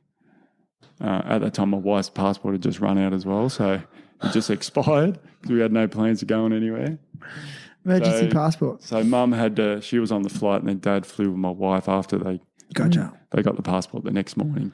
So mum was there first and that was just before I went into operation. And they basically said to her, look, here's his passport, brace yourself, we don't know how this is going to turn out. Because I was hemorrhaging or something pretty bad. So they took me in, I had a 9-hour operation to clean up my neck and do all those sort of things. And then I woke up in ICU, with my wife, my mum and dad there. And then I should say about hours after that, and one of my best mates, Sparksy, who was on the trip, he came a couple of hours later. He decided he couldn't leave me alone, so he left the boat, packed his stuff. He got the quick boat back to Penang and flew to Singapore to hang with me for the whole time I was in ICU. So he's done it off his back. How long were you in ICU for? So I was in ICU for up to 4 weeks. Yep. So he took time from his life, took holiday, took time without pay off his job, everything, just to be with us to help sort of support, Amy and my parents and stuff, and just was there for me every day. Mm. So amazing what he did. Oh, man. So, it's just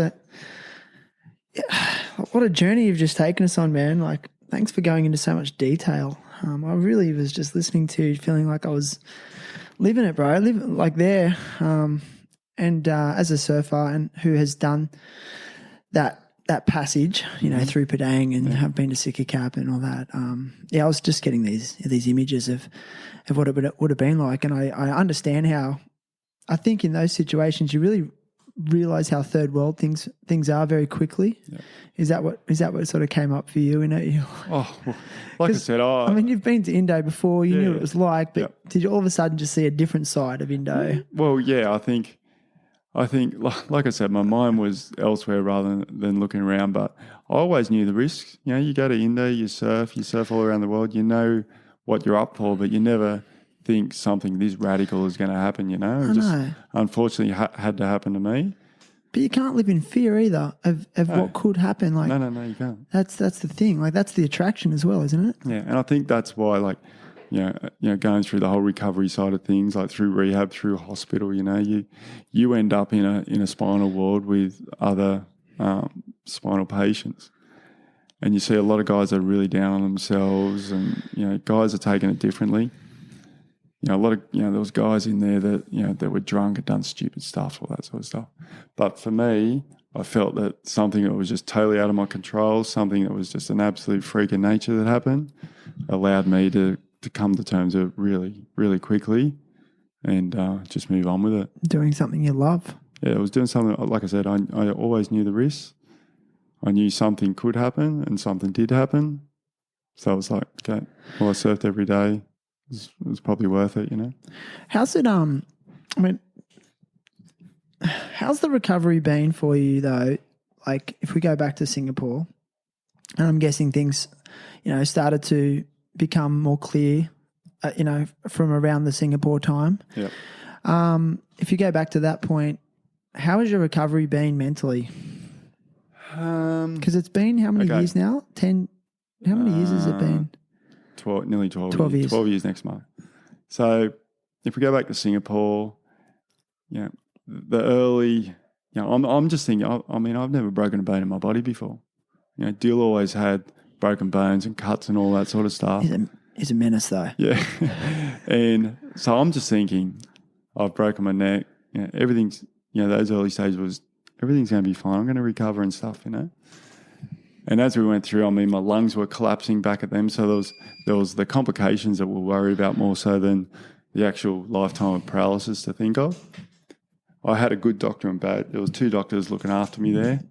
And one doctor was really nice and one was really, really hard, really sharp, clinical, you know.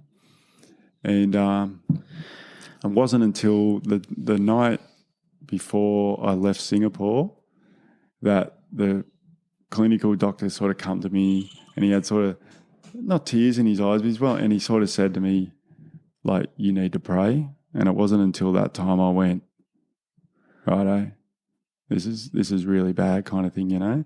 Even though it wasn't, you know, things weren't looking rosy as things went on, you know, things weren't happening, you know. First they say, oh, give it a couple of days, give it a week, give it a couple of weeks, give it a month. You know, I spent a month in ICU in Singapore. And it wasn't until that doctor sort of, you know, said, you know, you need to pray, that it felt like, you know, all other options were exhausted and I had to put, you know, all my faith in something higher. But I thought, okay, this is pretty bad. So I got to Australia. I went into Royal North Shore in North Sydney. And I was there for 2 nights, and one of the spinal doctors come in after assessing all my charts and that.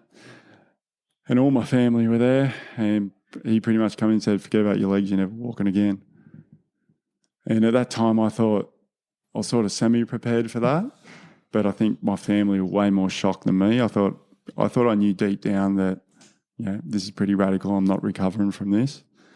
And it wasn't until that point I just thought, yep, thanks for that. That's what I wanted to hear. I didn't want to hear any fluff.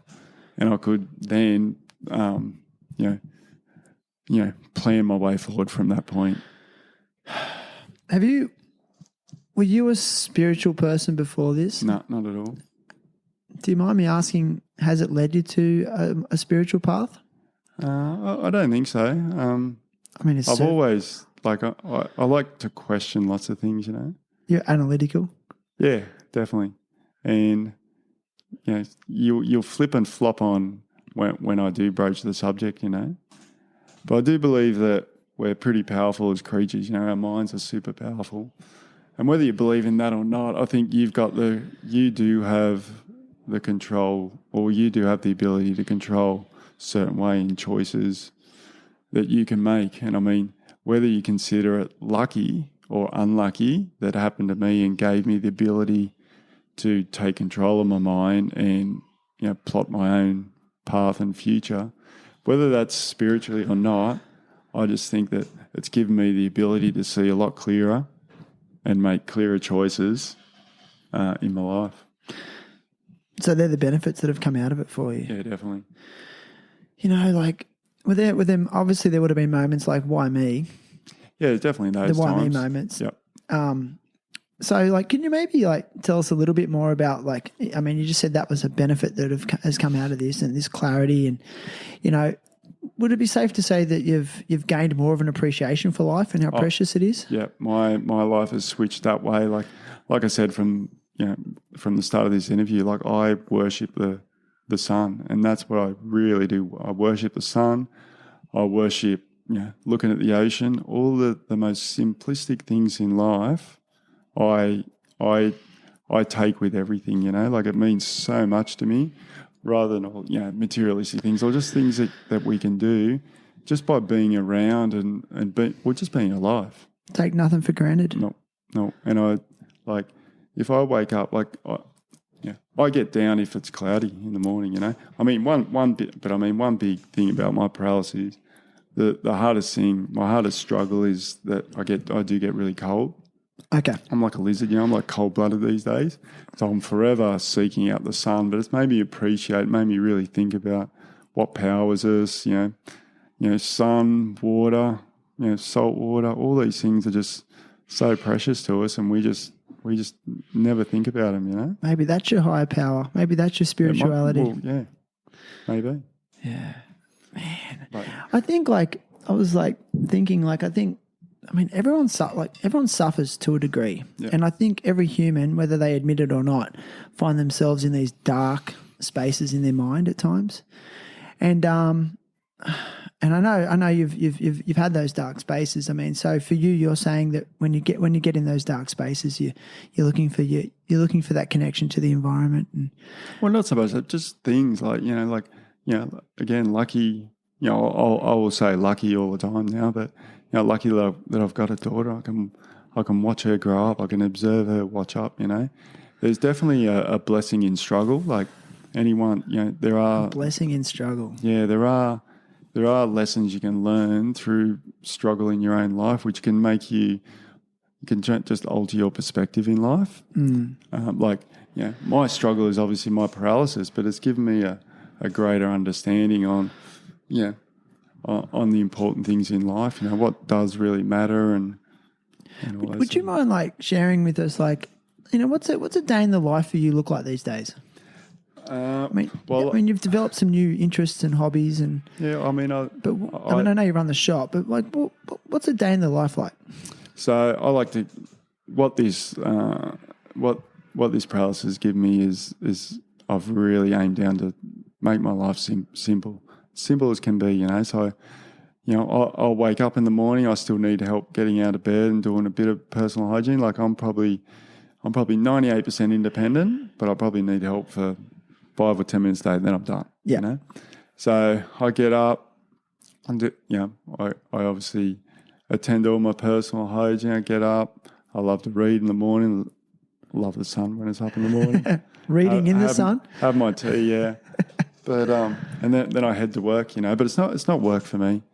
I'm talking surfing all day. I love the people that I work with. I love the people that come into the shop. And I'll just float around. Like I'll sit out in front of the sun, out in front of the shop, a lot of the day, just talking to people. I love talking to the oldies that walk up and down town. I just love it. It's a place for me to go, and just be. Yeah. So I'm down there most of the day, and obviously I'm still running the business, so I'm sort of pulling the strings in the back end, while the guys up the front end are doing their thing. And then I just come home, I do a bit more reading, I search out information, I'm looking after my daughter. Yeah. All the normal things, but I just try and keep life very, very simple. Not overcomplicate. No, on my days off, I still love getting out in the ocean and doing my paddling on my Molokai board when I can. Yeah, I see that in the garage, man. Yeah. That's epic. I mean, like I said before, I suffer from the cold, so in this area, I probably only get a window of maybe 2, maybe 3 months to get out there where I don't, get too cold out there. So I do that, and I just cruise around and observe. Yeah, mate. Darren, man, it's been epic. Like, wow. Like, man, it's been an hour and 36 minutes, and like, I feel like I've just blinked, and I've just been so like enthralled in what you're saying, and inspired, bro.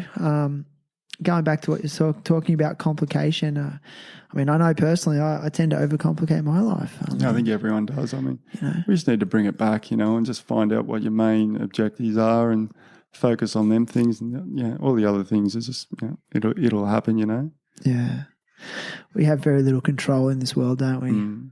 But we can't worry about those things. We can't get anxious too much about that. Yeah. I always say to my daughter, anxious and anxiety and excitement are just two sides of the same coin. It's how we look at life, whether we look at it half full or half empty. Yeah. But we shouldn't worry about things that are out of our control. It's true, man. And I know something that works for me personally is just trying to live one day at a time. I mean, I'm not doing it perfect because I'm still getting way too far ahead of myself. But when I do adopt that mindset, I think things slow down a bit and like that appreciation, Well, listen, man, is there anything else you want to add? Like, I think you've sent some amazing messages out there already, but like, is there anything you want to end on, bro? Not really. I just like people just to, slow down in their own lives, And I mean, we're talking about this, during this corona crisis, where it's, I was forced to slow my life down and rethink, which helped me immensely. And I mean, hopefully this time allows people to, slow down their lives, find out what's really important and make those decisions to really push forward of those main objectives. Do you think like that's the benefit that's going to come out of this? Like, are you optimistic? I think it will. I mean, you've got you've got the whole economical side of things, which is going to hurt a lot of people. But I really think it'll give a lot more people time to reset their lives. Yeah. I'm hoping that people do have that can look after themselves monetary wise. But I really hope that people do allow this time just to reset and look at what is really important. Are you worried about the shop and stuff like that in this time? Oh yeah, hell yeah. It's crossing your mind. But again, because we've got such an uncertain future, I mean, this hasn't happened to any of us ever. Before people have had world wars, but this is totally different. They've had plagues before, but again, it's totally different. We've got such an uncertain future that nobody knows what's going to happen. So we can't plan for it. We can't worry for it. We've just got to keep making those decisions every day to have some sort of plan, and just it'll change every day. So with my shops, it's going to be a struggle going forward, but deep down my instinct things are going to be okay. Things are going to happen. That's how I feel, and we just got to go with them. I know one thing for sure, man. Like, I was surfing this morning, and I noticed this just before I left Bali too.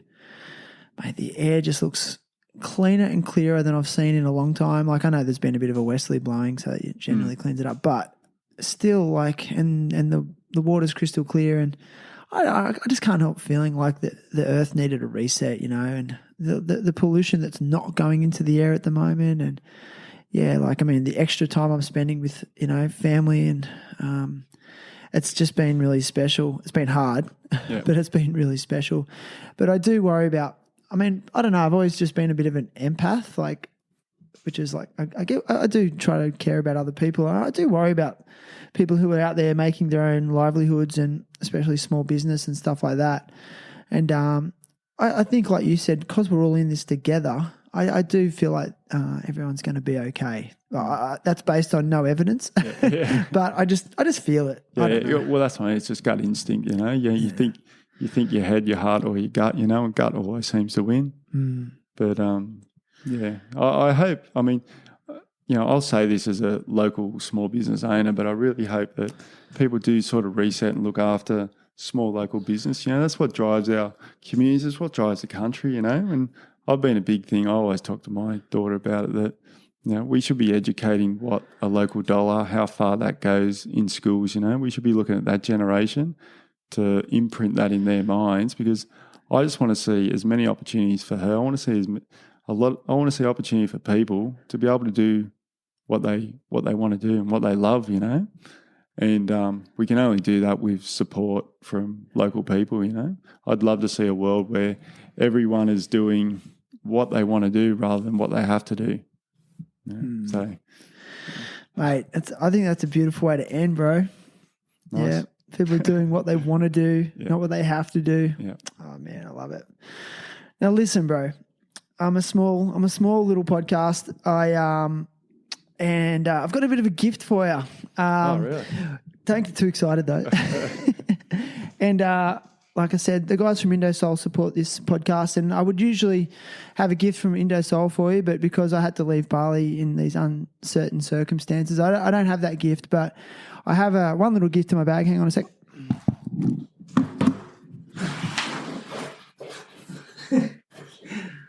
Right up. Coming. Oh no, I've lost the actual word I wanted. Okay. Alrighty. Okay, I'm back.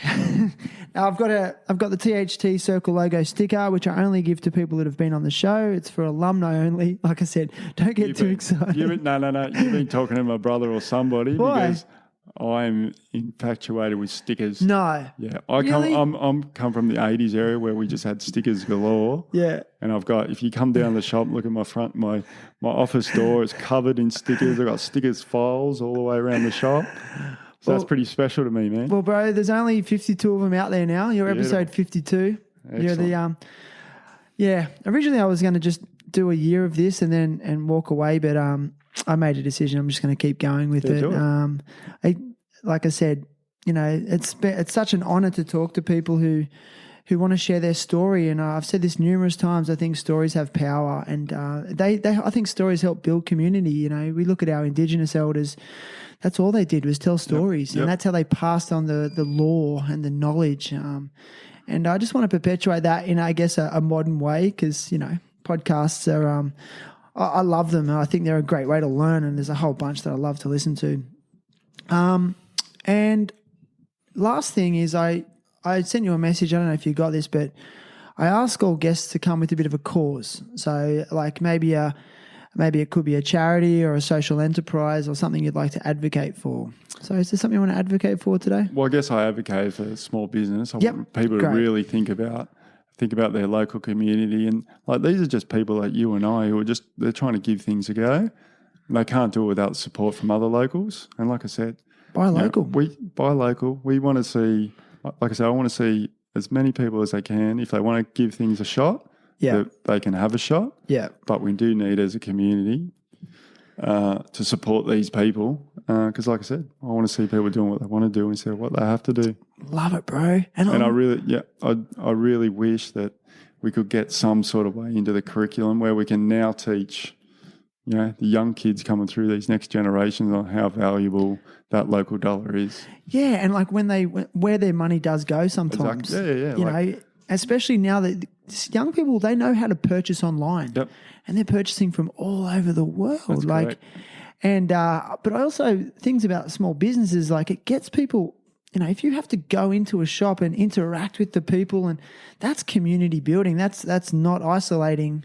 And I think this generation is becoming isolated by default through technology. Well, people are social creatures, I think it'll always be there, but I want to see more of it, Like I want to see more shops out there. I want to see more, more podcasts. I want to see more of everything. I just want to see more opportunity. Yeah, man. And like, I want to keep going on about a little bit, but like, I know when I, for example, buy a surfboard or a skateboard, like I actually want to go and talk to the shop owner, and I want to waste their time. I want to talk dimensions. Yep. I want to talk foam. I want to talk, graphics, whatever. Like, and I want to feel it under the arm, like, and enjoy the experience, especially when you dropping a bit of money. Yeah, so well, when you got those people, like, for me, I'm not doing this to. I'm doing this to pay bills, but I'm doing it because I love it. I can tell, bro. And I can tell. And if people are doing things that they want rather than what they have to, we're going to have more passion in the world too, because all these individual sort of businesses or people doing stuff, they're doing it for the right reasons. Dude, man, happiness might ensue. Yeah. All right, brother. Let's do the Corona elbow. Let's go, brother. Boom. Thanks for being on. No worries. Thanks for having me. See you, buddy.